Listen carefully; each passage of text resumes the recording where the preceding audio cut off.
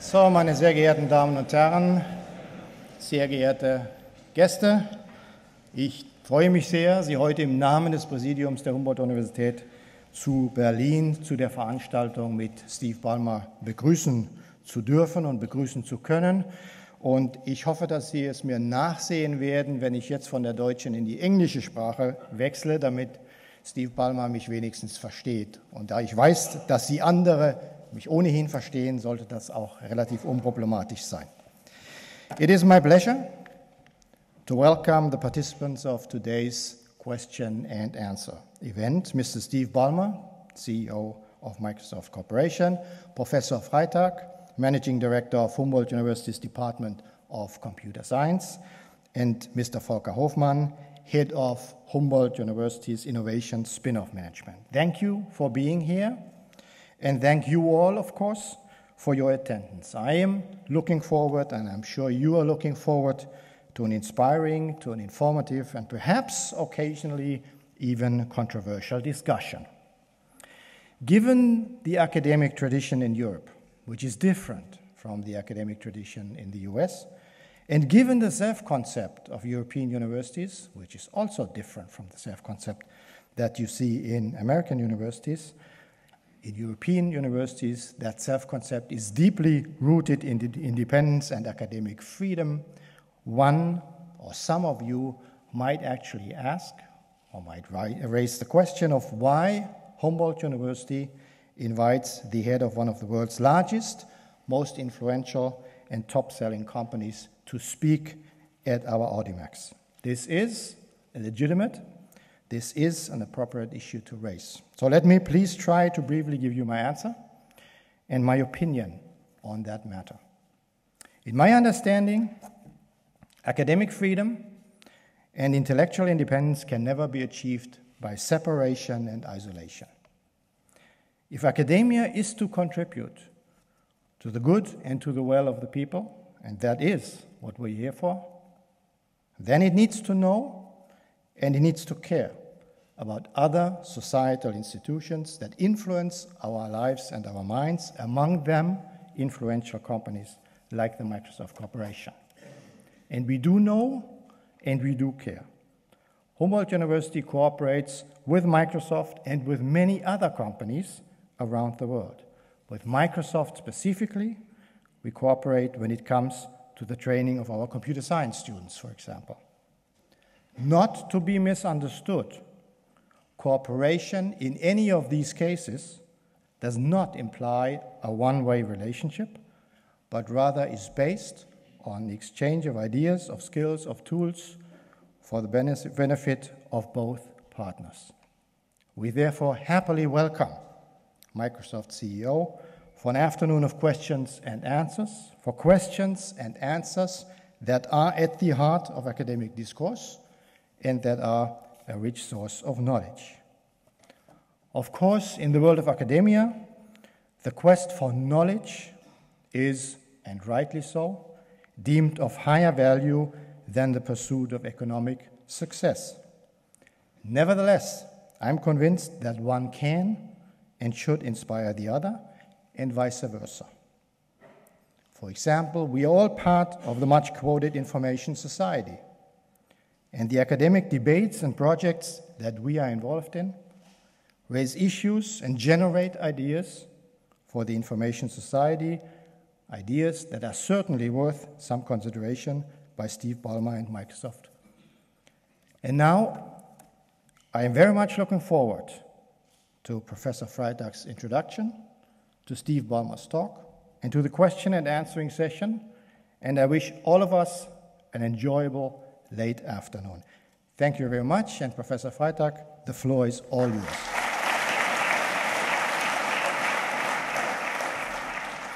Ja, meine sehr verehrten Damen und Herren, ich werde zunächst erstmal in Deutsch beginnen. Ich darf Sie auch alle recht herzlich begrüßen zu diesem ereignisreichen Nachmittag oder Abend. Ehe wir mit der eigentlichen Veranstaltung beginnen, möchte ich noch ein Wort dazu sagen, wie wir uns vorgestellt haben, dass Sie Fragen an Steve Ballmer richten. Wir werden in naher Zukunft hier Zettel verteilen, die Sie mit Fragen vollschreiben können. Diese werden wir einsammeln und versuchen aus diesen, ohne dass wir dort kritisch kritische Dinge ausselektieren werden, eine Anzahl von Fragen heraussuchen, möglicherweise auch zusammenfassen.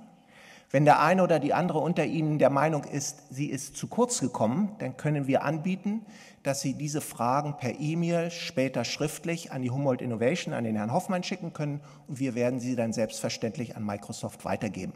So soll hier jeder zu seinem Recht kommen. So this was my introduction. We'll switch to English as it is. Also a warm welcome from my side, Steve. Thanks to all of you for coming. I think Steve doesn't need an introduction, and so I will not go through his whole life. He actually will give some glimpse of it by himself. But I want to introduce you with some words of how we share a common experience. Steve Ballmer was a student at Harvard University, and all of you know what Harvard University is. It's not only an excellent institution, but it's also a place of personal growth. You are not only there to study, you are also there to live, to become a person. And I think Steve will tell you a little bit why he used the experience at Harvard as well to grow as a person. I myself, I was lucky by a DAD stipend to go to Harvard University for 1 year, and it was an excellent experience coming together with lots of people. So sharing this experience, so it was not difficult for us to immediately connect. I'll leave it up to these words, and I would like to ask you, Steve, now to come forward and start our session with introduction. It's up to you how you use it. Thank you very much.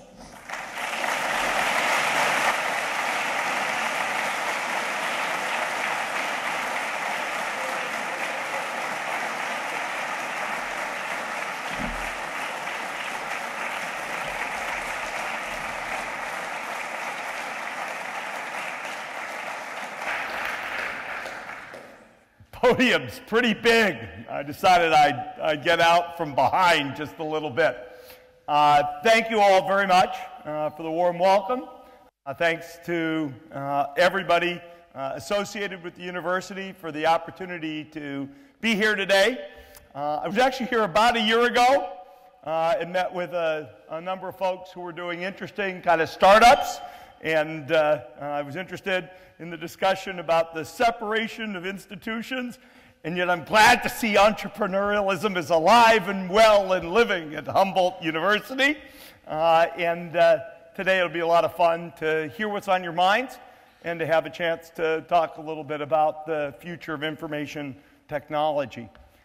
Show of hands, if your field is computer science, electrical engineering, IT, some other associated major, show of hands.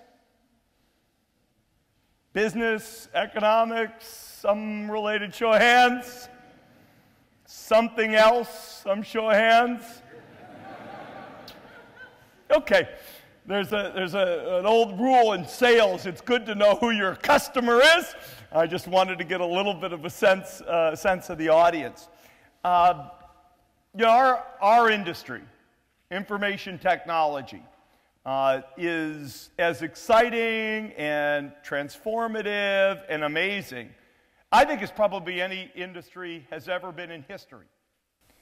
Computers were invented about 60 plus years ago, and yet the pace with which computerization, that is, the power of the microprocessor with sensors and software and now internet and new device categories, we continue to remake various industries, various user experiences.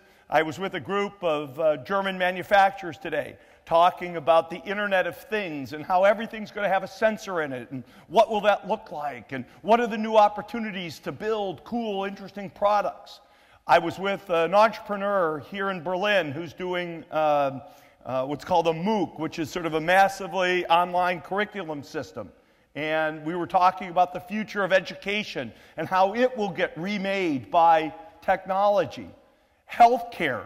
If there's a chance for the developing countries of this world to really thrive, it'll be by essentially making healthcare more efficient. Not just by having doctors have better tools, but having sensors and monitors and other things that let people live at home longer and receive kind of more monitoring and care from outside the home.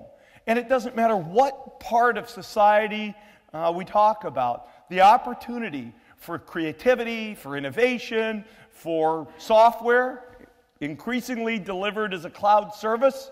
Our company's name is Microsoft, and yet the micro will remain true, but our software skills that used to be expressed in the form of a DVD, they now come from these massive cloud services deployed around the room, around the world, or they get embedded in a wide variety of interesting devices. Some of them now made by us, hopefully more of them made by us tomorrow, and many still made by partners like Hewlett-Packard and Dell, Lenovo, and many, many others. So I'm glad to be here today. I look forward to the question and answer. I know we agreed on a protocol. I'm Steve. Christoph will join me and we'll do the Q&A. And I'm excited to have the chance. I think I picked up on the fact there's a way if you have unanswered questions to get them answered. But I'm also Steve B at Microsoft.com. Give me a shooter if you'd like. Great. Thank you. Thanks.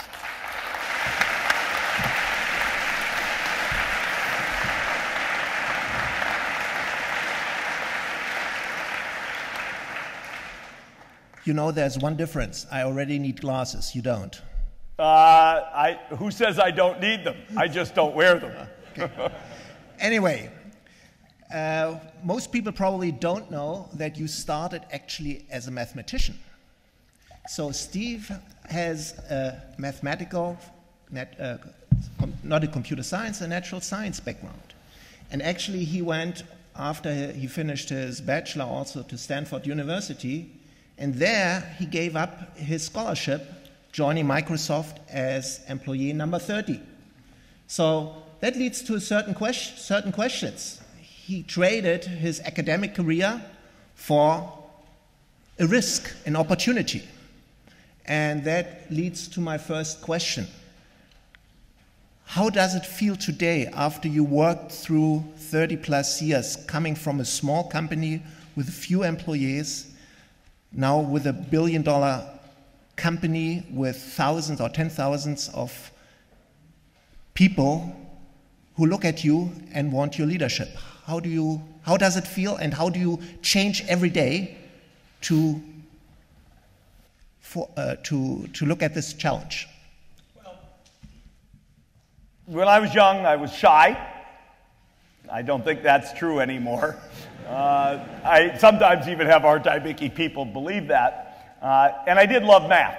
And when I went to university, I thought math, and that's what I was going to do. And I found I'm not really focused and patient enough to do academic work. But my first year in university, I also loved sports. I became the manager of the Harvard football team. What does that really mean? It means you sort of have to organize what goes on for the coach. And it meant I had to learn to get up in front of 100 sportsmen and give speeches every day. And nobody wanted to hear from me. And I remember being very nervous, but this was my group to help lead, to speak to. And I sometimes say everything I learned or needed to know about leadership, I learned by being the manager of the Harvard football team. Courage, standing up, disciplined organization skills, that all came. I'm not saying it got perfect, and of course, I've worked for a company that had 30 people in it, and now a company that has 100,000, and if we buy Nokia, 130,000.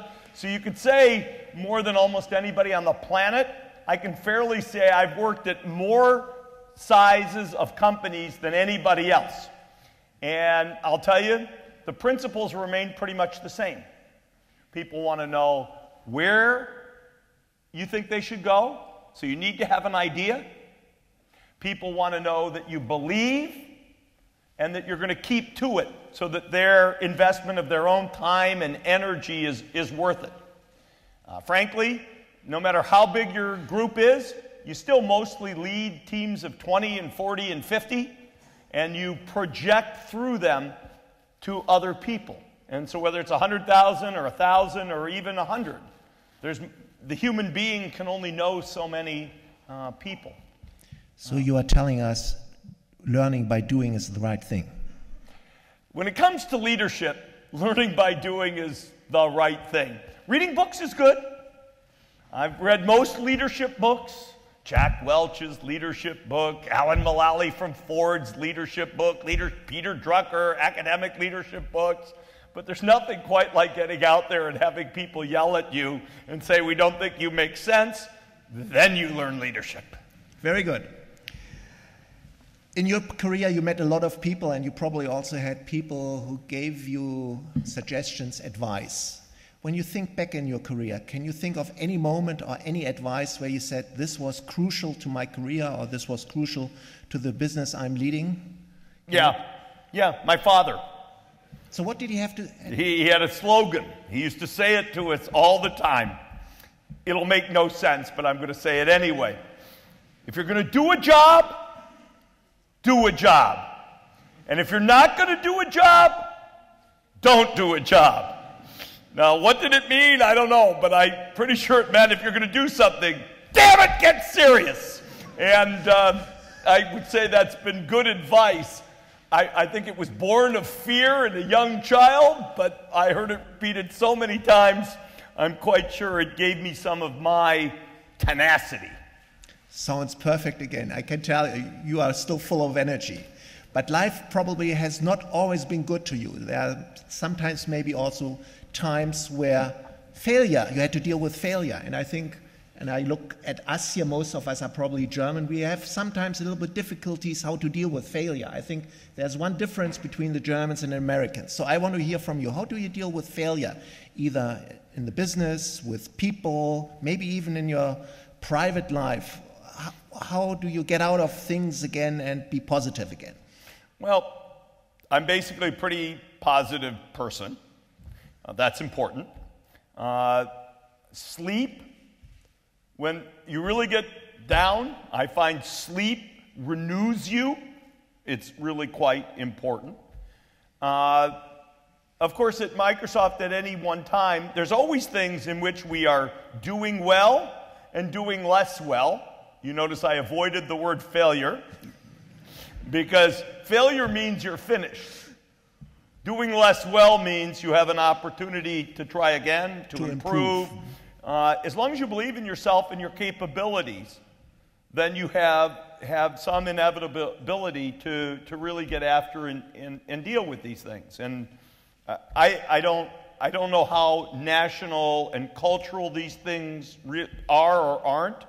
I would say I'm also more positive than most of the people I grew up with. And I do believe that in leaders, being able to be optimistic and realistic is very important. We had Colin Powell, who was a general U.S. military, come speak one time on leadership to our senior people at Microsoft, and he has this expression, optimism is a force multiplier. So even if a leader is feeling down and dejected, a leader must project optimism, because if you command 30 people or 30,000 people, they're depending on you for your belief and optimism. Thank you.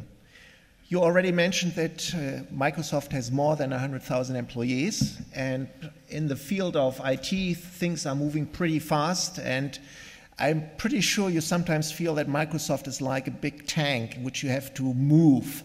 So how do you make sure that you keep up with innovation and keep your people whom you work with always at the edge of innovation? Yeah, it's interesting because people say, hey, you do this well or you don't do that well, and yet what people will say we're doing well or where we're inventing does change over time. We certainly feel today great urgency to invent the next generation of interesting mobile devices, because the last generation, let's give credit, we had a competitor who did a very good job. But at some point, if you are bigger company or you aspire to be a big company, what you're really looking for is not the ideas that necessarily change every day, but you're looking for those huge seismic tectonic shifts on which you can really build whole new industries. Bill Gates was the first to recognize really the power, and Paul Allen, the power of the microprocessor and software. Great, and Microsoft was built on that. You look later, we were the first to recognize that microprocessors could transform the back end of computing. We built a huge business on that. Apple was the first to really recognize the power of low power processors and touch as a user interface. They were almost bankrupt, and whew, now they're the most valuable company around. Google really recognized the power of machine learning as an important technology and big data effectively in search. But there aren't 20 inventions in the last 30 years like that. There's probably 8 or 10 or 12. And we are constantly looking for those. We make sure we have people who are bright and talented and forward-looking. And at the same time, we're going to hopefully invent 1 or 2 more in the next 10 years. On the other hand, nobody's going to get 100% of those right. It just doesn't work that way. Technology field is a higher risk field, not just on starting up, but even when you get to size as a company, you have to reinvent yourself. That's not true in many industries, but in our industry, constant or at least important reinventions are very necessary.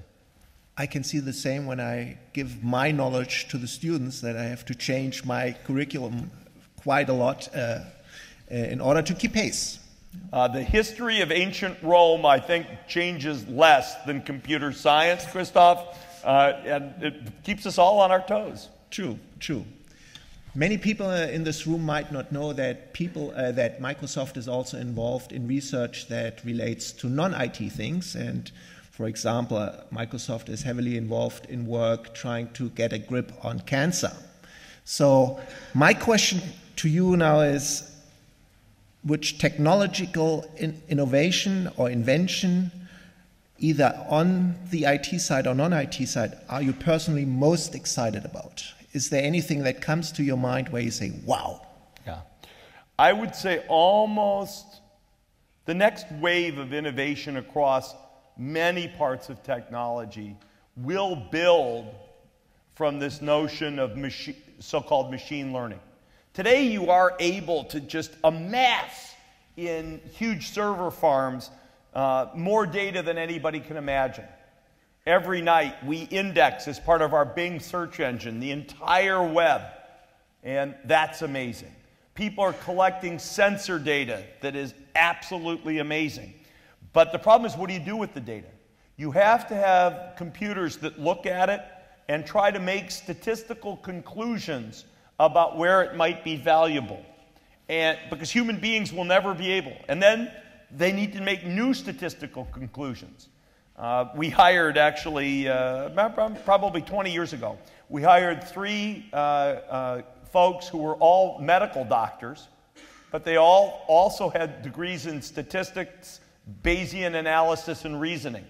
They're the people who started our machine learning efforts. They've been involved in the cancer research efforts, because really the solutions aren't going to be to write fixed algorithms that solve problems, but rather learning systems that just get smarter and smarter and smarter at guessing the answers to problems. And that opens up many new possibilities in terms of what computer technologies can do. Thank you. Now we are coming a little bit closer to what Microsoft does. Yeah? So even though I know that you are constantly rethinking strategy, and we are not, I don't want to go into the business part. I really want to find out from you, what are the next Microsoft products, either on the hardware or software side, that will hit the market and that will make the big bang that you described? Well, that's sort of got 2 answers. The stuff that's been disclosed, I can mention. I know. And the stuff that's not been disclosed, I won't mention. But I'll talk about some concepts. And, you know, if you take a look at things today, I really believe powerfully in what we're doing with our Windows Phone. Tiny market share. Tiny market share. I counted the cameras when they went up. I know what the students in this room have. I'm not confused. No, I mean, come on. That's what I do for a living, is I count products. And, you know, you could be depressed, or you could say, what does it take to invent the next great device? And I love what we've done, and yet when you talk about the near term, I love what we've done with our Windows phones, and yet you say, how will the phone look different in 10 years? We're not really going to carry around these slabs, are we? We're going to want systems that sense the world. We're going to want the ability to not just see things as if it was projected into a little 5-inch square. So we think we have some ideas to change things quite dramatically in the next year, 2 years. But then where we go from here remains super interesting. I love what we're doing with our new Xbox One console. The chance to really, because we have a built-in camera, it can recognize you, your gestures. We can even recognize your fingers moving. And you'd say, why would anybody care? Well, it's gaming applications, it's health applications. The possibilities are really endless. That will launch here in November. If you're a developer, the productivity and ability to get applications globally deployed instantaneously, we think we and Amazon are on a frontier of innovation. So we have a good competitor, but we're on a frontier of innovation that is, again, very exciting. And with great respect to Christoph, as I look at him and almost everybody I've seen all day, we see people carrying paper. And I say, geez, how do we make the world, yes, but paper is still convenient for some things. And you say, really? How do we do innovation, hardware and software, so that writing and drawing and annotating, how does all of that, and I'm excited about things we have coming, again, I would say, in that area over the course of the next few years. So there's a number of areas of productivity, of software development, of devices and machine recognition, vision, a number of products in Azure and Xbox One, our Office products that I'm very enthused by. I can see from your eyes the next generation is already at the horizon. Next time you'll come, you talk about it, okay? I think now we are coming a little bit closer to our home. We are in a research area, and I know by my own experience that Microsoft Research is an excellent place. They do not only do excellent research, and we'll come back to it, but they also have excellent programs, both for students, Ph.D. students, and even for visiting faculties. And I'm one of them who took advantage of it.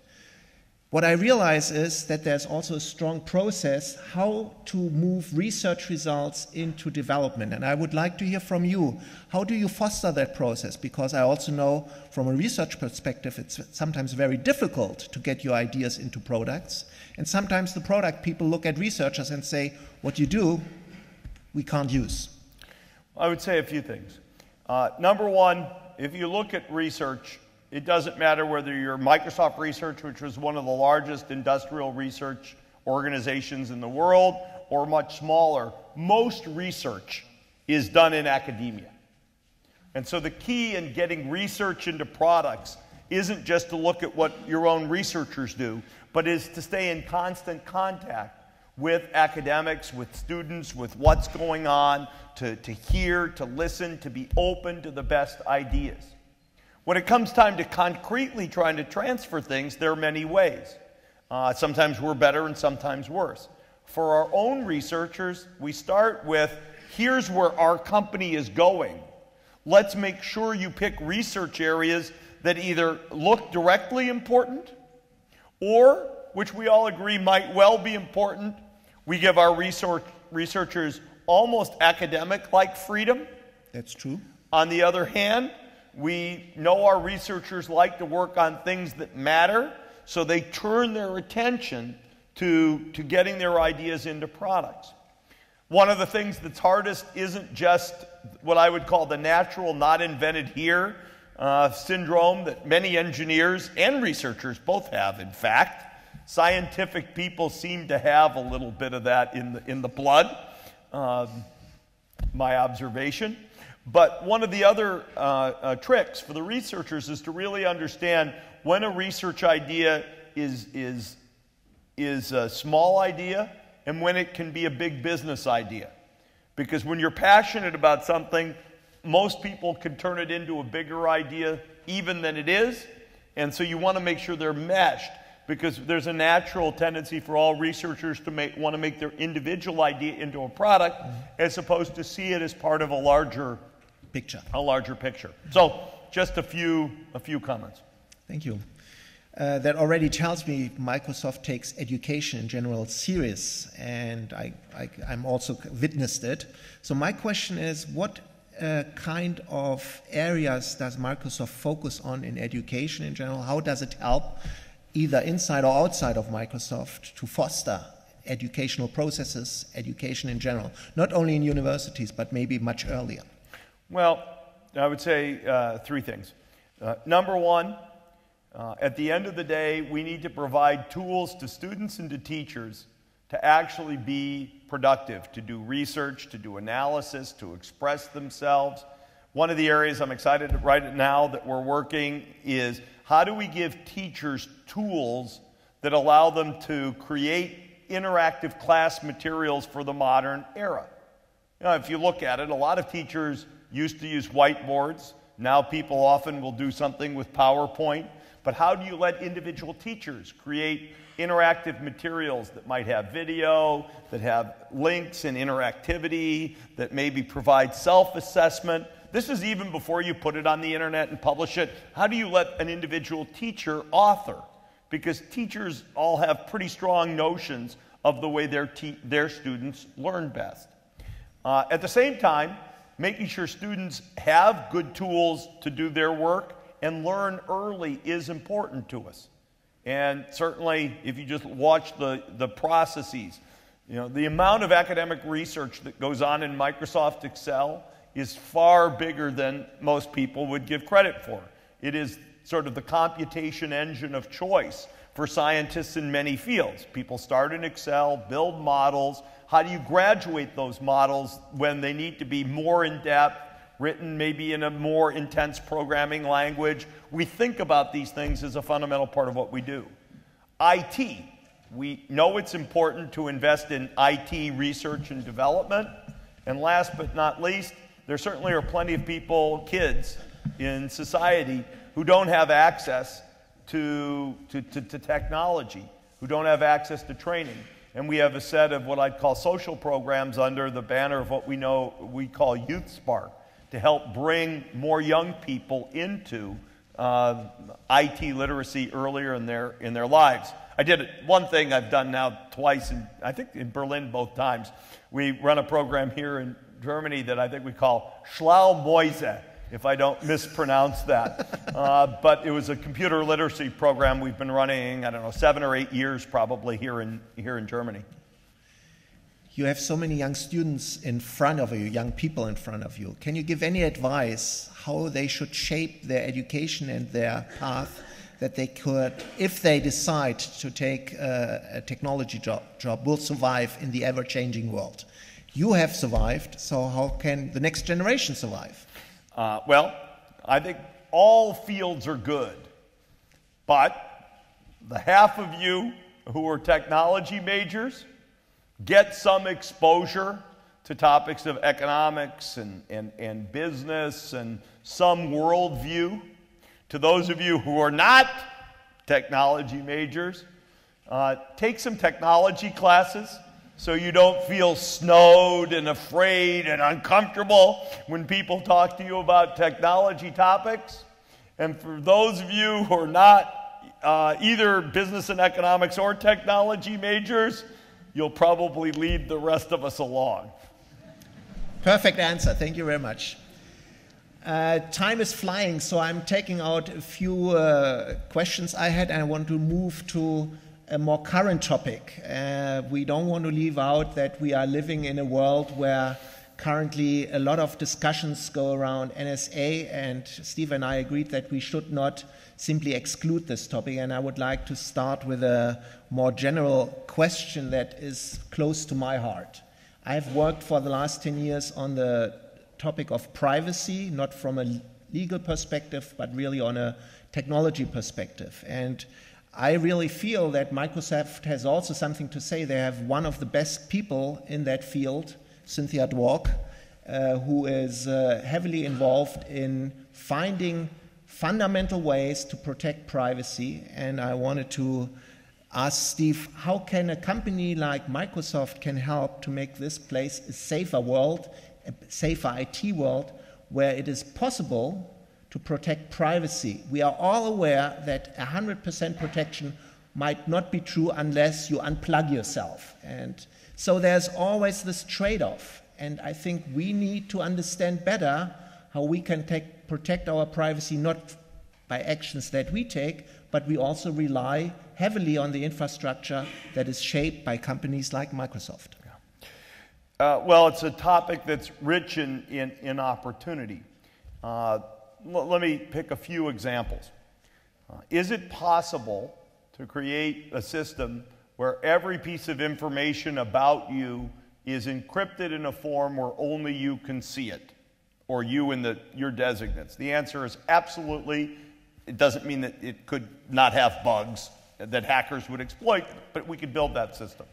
Most people would find it more cumbersome and uncomfortable and inconvenient to use than they would want.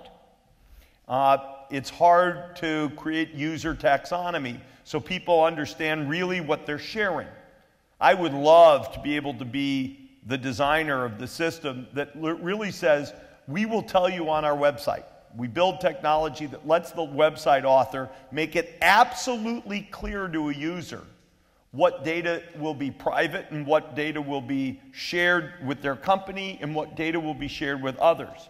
But you need to have, it's not really a technology problem, it's a user model problem, and we need to continue to improve the degree to which the technology lets people describe privacy policy. There are people and times when you want to give up your privacy. You want to let Amazon use the information it knows about what you've purchased to recommend additional purchases to you. That's a service to you.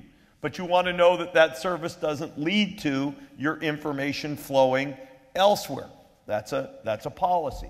You want the search engine to record your history and get smarter in anticipating your next results. But when you start sharing it in another way, you want to be able to know that that is protected. Some of that's business policy, some of that's user interface, some of that's technology. And we have people sort of working broadly around that. As a provider ourselves of services in the cloud, we need to have we need to do our best job of being clear with our customers about how we will treat your information. We can let you opt in or opt out. You may not choose to participate. We can let you dial up and down how private you want to be.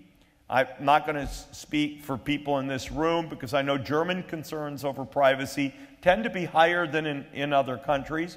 But I know if I went to my 18-year-old son and I told him that here's a website that'll pay you $5 a year, all you have to do is give up all of your private information, he would say, where do I sign? Because he always wants the $5 a year. And if I went to my 22-year-old son, he'd say, no way, you couldn't pay me, $300 a year to give up that information because I'm looking for a job right now and I don't know where it'll go. I'm trying to be, there's a practical side and a principled side that are important in the privacy discussion. Our job as a vendor is to be an enabler of the possible and to be clear with our customers, as clear as we can, about how we are treating their personal information. Thank you. With the current NSA scandal, it becomes clear that Europe is heavily dependent on IT technology coming from the US. So now we are moving to one of the questions which I find interesting. Do you see any risk, and this is one of the audience's question, do you see a risk for Microsoft's business in Europe due to the current scandal? Yeah. Very clear question. The question's clear, and the answer is yes. I can explain whether it's tied to the reality or whether it's tied to the image. But right now, certainly the discussion in Europe, in the press, the discussion even in the US in the press, but the discussion in Europe leads people to say, is there an issue with dealing with US companies when it comes to information technology and things in the cloud? Now, ironically a little bit, the current NSA issue has little to do with that issue. There's kind of three big areas here in my opinion. One issue is, and this was the issue before the so-called NSA scandal, what can any national government compel any company to do in terms of disclosure of information for legitimate purposes under the law of the country? So whether you're Microsoft or any German company, if you do business in the United States, the US government has certain rights governed by the legal system to come ask you for information. And as long as you have employees and do business in the US, whether you're a German company or an American company, you actually have the same responsibilities. I mean, you can pull out of any market. We have the same responsibilities, by the way, under German laws as any German company. And we do get requests from governments throughout Europe. You know, you could say the most common request would be, can you give us this information? Here's a proper government legal order. We're tracking a child pornographer, for example, which I think most people would say, great, we're glad you comply, but nobody's quite sure what governments can ask for in various countries. That's a global issue. We wish those rules got harmonized. All companies, German, American, others, will have to comply. Tough set of issues, but that's an issue of being a multinational company in this world. The second issue is, do technology companies, German, American, or any others, put special loopholes in their software for their governments to spy? I can certainly assert that this company does not. And I doubt any company. I don't think SAP puts in backdoors for the German government. I don't think Microsoft puts in backdoors for the American government. It's a betrayal of trust to do that. Now, that's the second category. The third category is, do governments spy? I mean, the difference between a spy and a hacker is subtle, because a spy is a hacker who works for a government. And for all intent and purposes, and at least some citizens, some government organization believes it's acting in the best interest of its citizens. I don't know, I'm not an expert, but I would guess that almost all developed countries have some kind of NSA equivalent. I understand that it's the BND, I guess, here in Germany. It's similar. I'm going to guess that the biggest budget for this probably is in the Chinese government. I don't know. Nobody tells me what they spend. I don't know what the NSA spends, but you'd guess they might have a pretty big budget too. But national governments, if they want to agree on kind of a protocol for what is appropriate and inappropriate, we would support that and be enthusiastic about it. As a company, we can't control it. And in fact, as I say, because there's a fine line between a hacker and a spy, we're just trying to make our software more hacker-proof. And the more hacker-proof it is, the more spy-proof it is. And I would say the same is true of our fellow industry participants, competitors or not, Americans or not. I think everybody's trying to make their software more resistant to this kind of intrusion. And I think we're starting to get the technology to do a better job than in the past. Right. I would like to move this now a little bit again more to the abstract. I have here another question and I would like to combine actually two questions. The question is, what is the responsibility of such powerful companies like Microsoft towards society? And in adding to it, what do you believe will be your personal responsibility or your legacy regarding Microsoft and the society? Yeah. In a lot of industries, people think about their social responsibility separate from what the company does.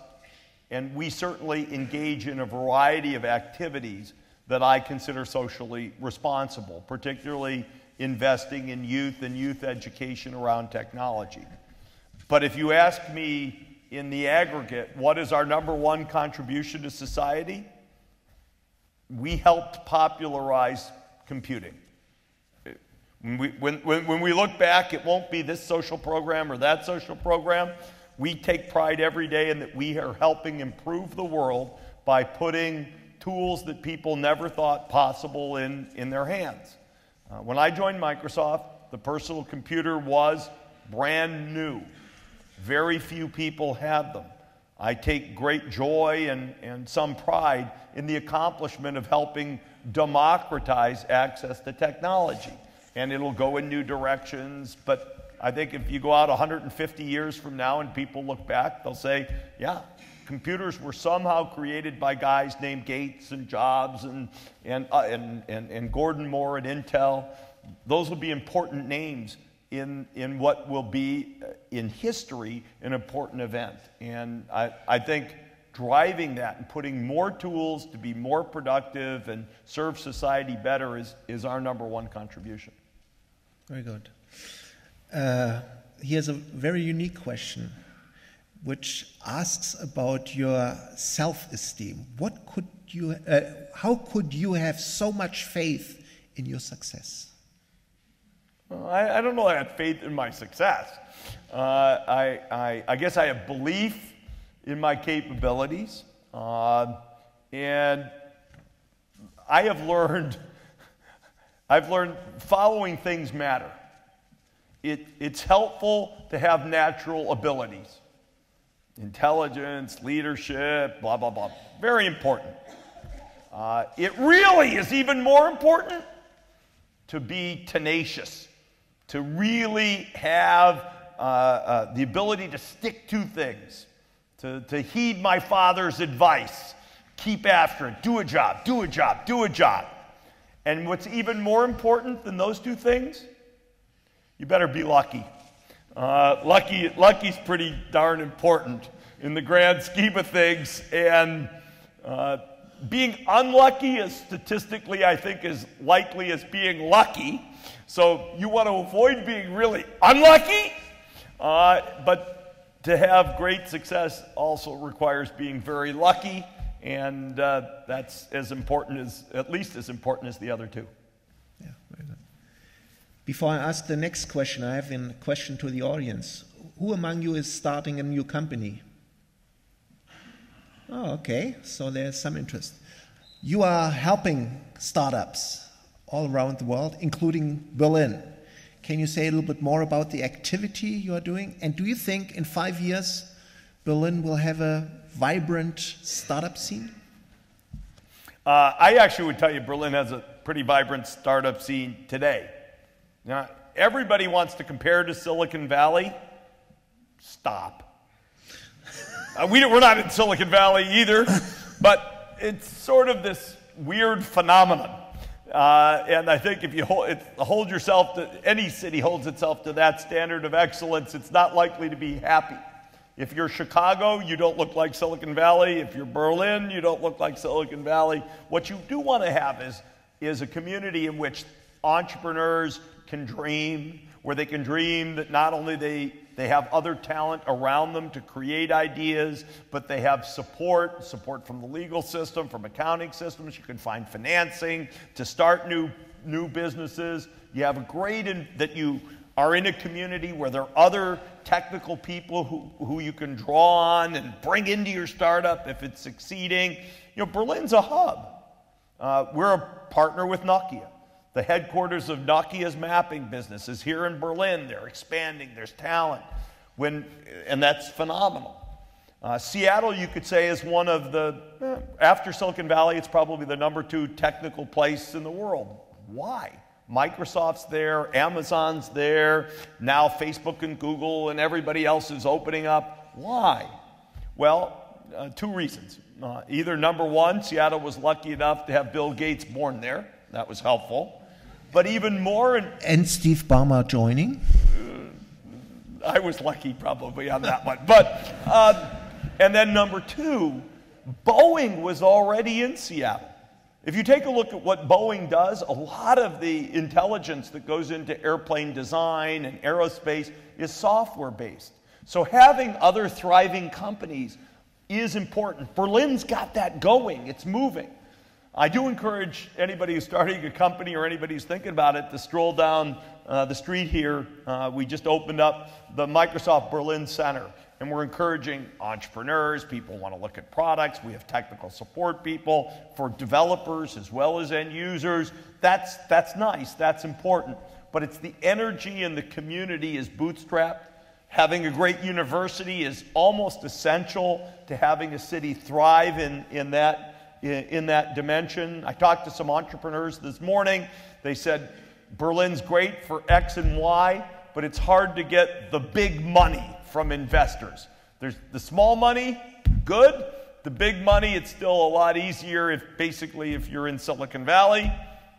I get that. That's a problem a lot of places have, but I believe that over time that problem's more likely to be solved in Germany, frankly, which is an affluent country with a big just sort of capacity to fund. How much risk will people take? I don't know. Is there more risk capital in the U.S.? We discussed that. The answer may be yes, but the more startups that get going, the more that barrier will break down. Thank you. I would like to close this session with two personal questions, and I hope you don't mind. One person asks, what was your most memorable moment during your career at Microsoft? And there seem to be already some people in the room who can't wait until he steps down. The question is, what will you do with all your time once you retire? Do you have any idea? Can you give up power? Okay, let me do the first one first. I would say the most exciting night, the most exciting time, there's only two choices.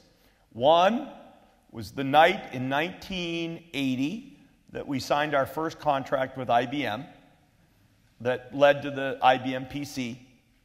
Or two was the night we launched Windows 95 at midnight, because you could feel palpably that this was the dawn, because it was really Windows 95 that caused computing to move into the mainstream. Those would be my two candidates. I'd probably take the second one, really, in the grand scheme of things. Retire is a word I picked because, I don't know, that's what my father did when he was done with 30 years at Ford. I can't see myself sitting around doing nothing. I really can't. Not mowing the lawn? Not mowing the lawn. I'm not very mechanical, it turns out. And I'm physically slightly lazy. So no, I can't see myself doing those things. On the other hand, I've just been working. I haven't really given any thought to what I'll do after Microsoft. I've always been interested in having a period of my life, because I've been scheduled every minute of my life for 58 years, with the exception of 1 2-month period I can remember in 1979. Other than that, I've been scheduled. So the curiosity I have about what will interest me, what will I get excited about, what will I get going on. There's some things in healthcare that are interesting. I'd like to teach a little bit. I'd actually, with great respect to the great German language, which was my father was an immigrant from Switzerland, so it was his native tongue. I know a little bit of French. I'd like to study some more French. I'd actually like to get good at a language that's not English. I have some sports I'd like to pursue. I would actually like to coach a kids' basketball team. I'd actually like to help buy a basketball team and bring a professional one to Seattle. I'd like to know myself outside a professional context better. I actually would like to study some physics. I haven't read a book outside workbooks for years. I read this biography of Einstein that talks about Einstein here in this very university. I was all fired up about that. I'd like to read more books. I'd like to study more physics. I have a lot of things all of a sudden I'd like to do, and yet there's no one thing or two things that I could tell you I'm committed to do. And the only thing I promised my wife is that I wouldn't commit all of my time, because if I'm going to commit all of my time, I stay running Microsoft because I really love it. Thank you, Steve. Thanks for this very exciting question and answering session. I apologize to those people whose questions I didn't read here. Again, if you want to have them, you can send them to Volker Hoffmann at Humboldt Innovation. Thank you very much, Steve. That was a very exciting time. I can only expand my invitation. Please come back again. I think everybody wants to see you here. And once you're retired and you don't know where to go, we'll have a place at Humboldt University. Thank you all very much.